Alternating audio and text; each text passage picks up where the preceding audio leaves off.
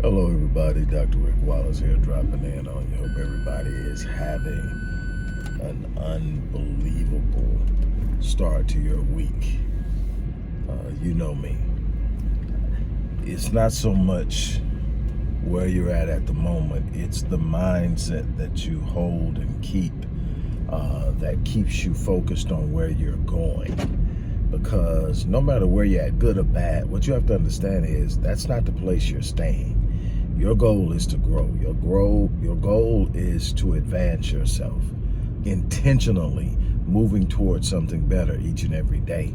So whether it's good or bad, you have to understand I'm not going to be here, permanently. So even when it's good, enjoy it and keep moving. When it's bad, understand, hey, it'll be over soon. I'm moving. I'm going through it. I'm moving. And so if you're breathing, you're in the fight, keep moving.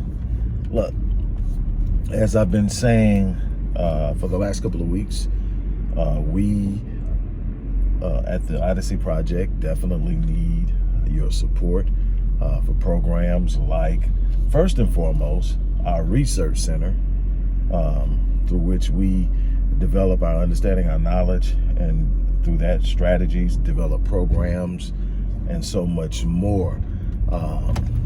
Also programs like Black Men Lead, which is a rite of passage initiative for young Black males. Also Restoring Ghettos Forgotten Daughters, which is a program headed by my wife Marion, something that I play a role in as well, and that's to help young Black girls and young Black women who have been exploited, victimized, harmed, trafficked, and other things. And those of you who know me and have followed me, you know that Marion, my wife, is a survivor of childhood sexual abuse. And so it's always been important to me, but it's definitely something that I champion now, and it's definitely something that she is relentlessly engaged in. And I am so proud to call myself her husband, because her strength is something worth celebrating. But we put that work in that area as well. So we need your support, and the way that you can support the organization is always going to be toward the top of the description box. With that out of the way, something that I consistently say on an ongoing basis is that we are going to have to be more engaged in our own liberation.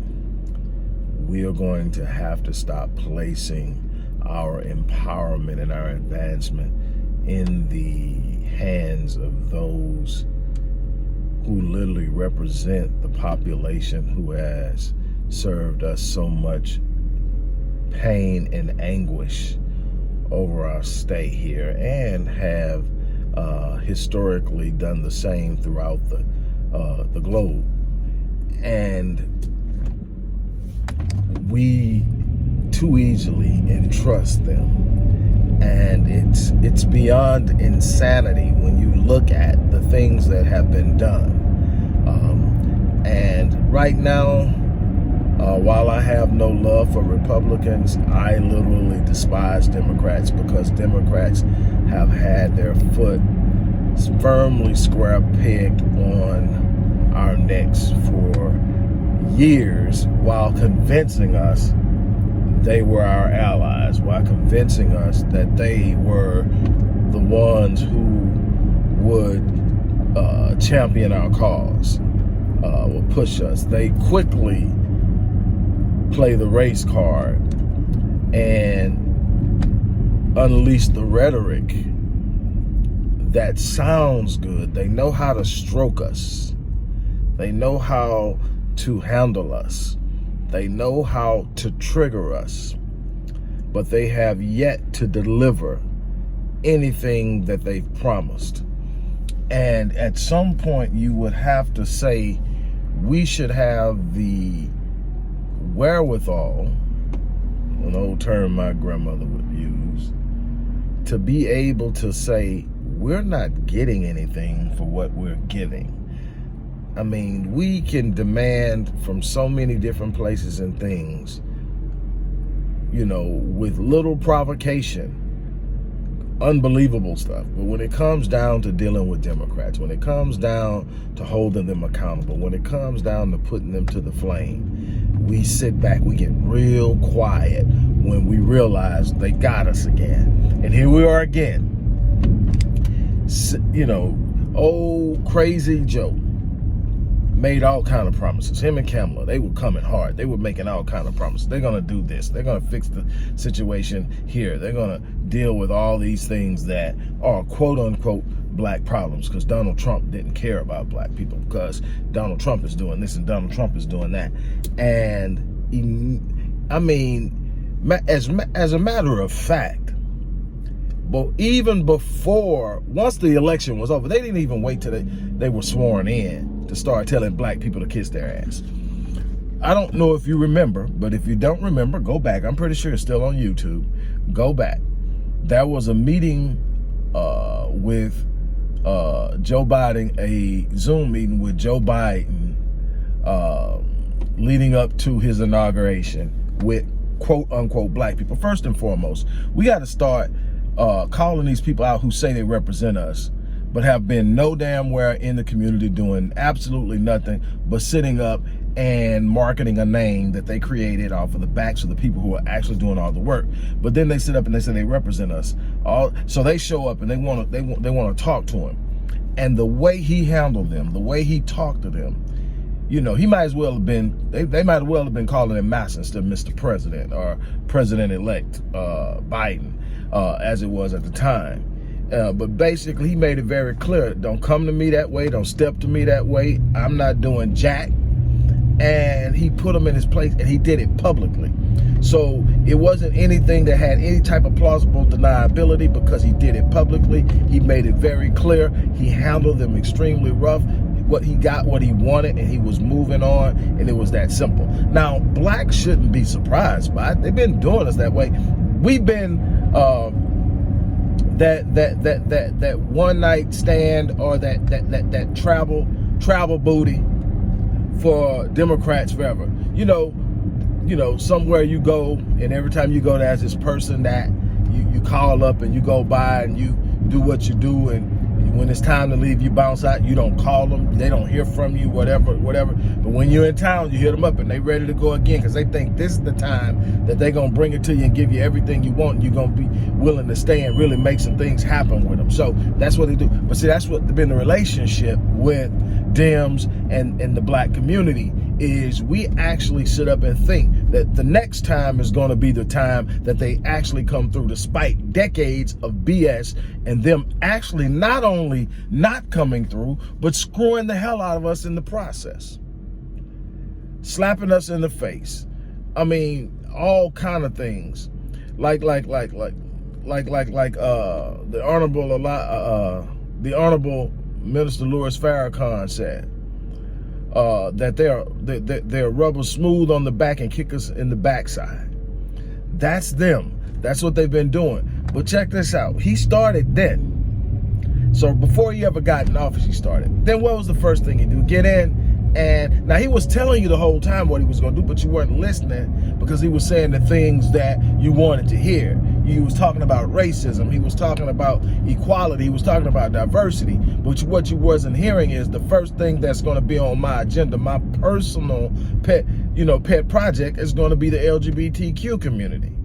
I'm going to follow in the footsteps of the person I served with previously, Barack Obama. I'm going to champion the cause of the LGBTQ community. I'm not going to deal with blacks. And you've got to understand something here.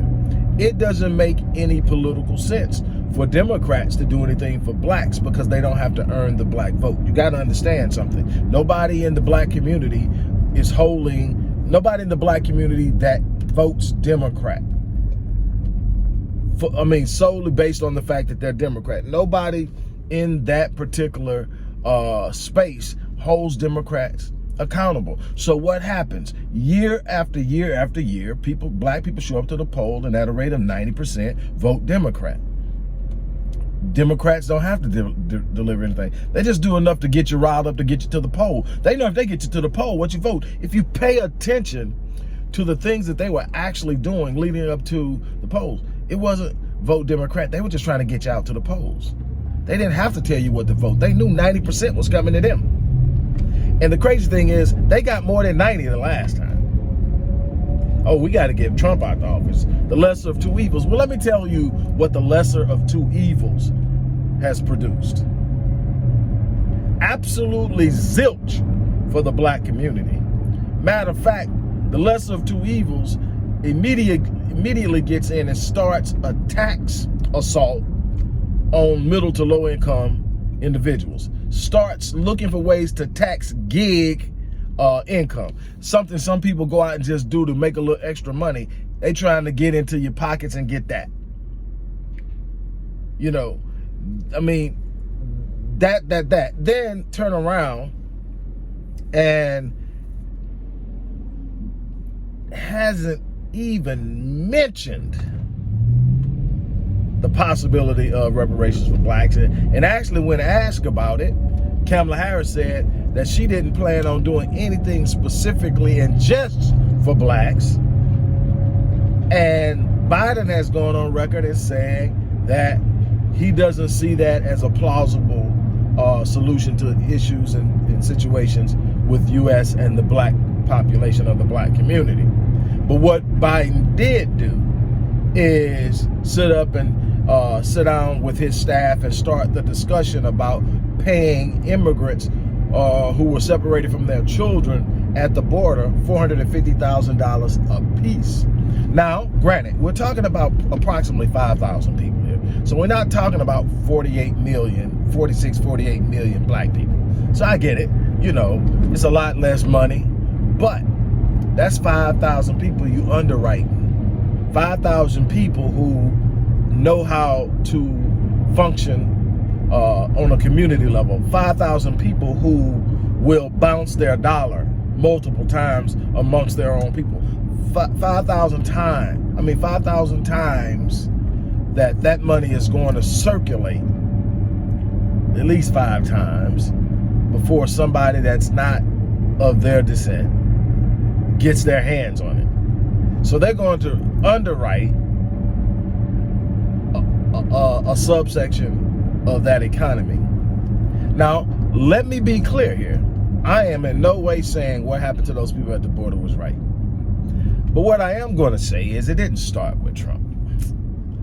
You can go deep into the go way back into the Obama administration, and they were mishandling immigrants at the border. Democrats just simply had the opportunity to get pictures and do what they always do. Look what the Republicans are doing. Oh my God, these evil people. Now, what my problem is this. At what point are we going to see who they are? Because here's what I see. When I observe, like I said, social media is a beast.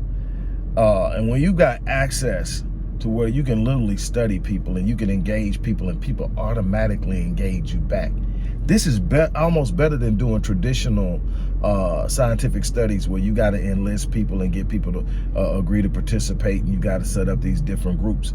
You just got to learn how to categorize and break it down, because Facebook especially allows you to download everything you engage in. Every bit of your data you can download. So if I can get people to participate in answering a question, I can get people to join in on a post, I got all that data saved. I got it. I download it every 3 months, and I got it, and I can categorize it.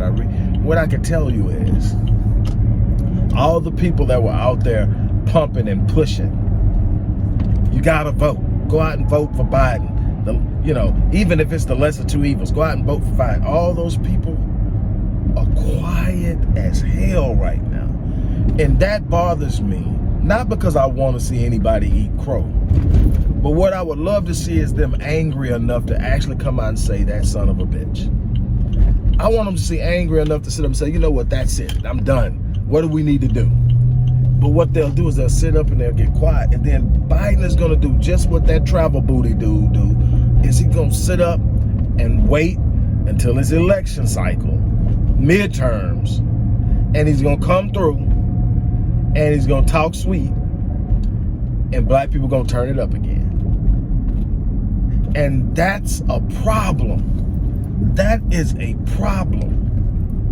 How are we protecting our community when we're allowing them to infiltrate and destroy it in every way possible? How are we protecting our children when we're allowing them to wreak havoc in the way that they're educated? And why are we even trusting them with the responsibility of educating them in the first place? I could just go on and on of the ways that Democrats are literally destroying the black community, and everybody's focused on the Republicans. Republicans say stuff. The Democrats, if you look back at policy, the Democrats have been far more destructive in policy to the black community than the Republicans. The Republicans say something and we get our feelings hurt because they don't coddle us. They don't talk sweet to us. But what I can tell you is if you can get on your money, if you can start focusing on business, you can find a way to navigate the stuff that the Republicans do because they protected money. You got to learn how to do that. You got to learn how to make that happen. But I am just completely outdone with how things have transpired. Not with the Dems. I didn't expect anything different from Democrats. My issue isn't with Democrats. My issue is with my people and how my people have made it up in their minds that the Dems can't do anything wrong until the Dems do something wrong. Then we get quiet. Then we don't want to talk about it. And then all of a sudden, when things get revved up again, they'll start pointing something out that the Republicans have done. They'll make it. They'll set it up around race. We'll become irate and radical, and we'll storm to the polls to show the Republicans and teach them a lesson, all while putting the fox back in guardianship of the henhouse. It's not about party. It's about what you can produce and control. We've got to get power, because without power, it doesn't matter who you put in office. If you don't have the power to hold them accountable, and what does the power come from? The power comes from economic power. You got to have an economic floor. You got to have an economic base, an economic foundation on which you can literally punish people. You can't punish people when you don't have the unity economically. You don't have the financial unity, the blocked unity to come in and say, we're removing our dollar from.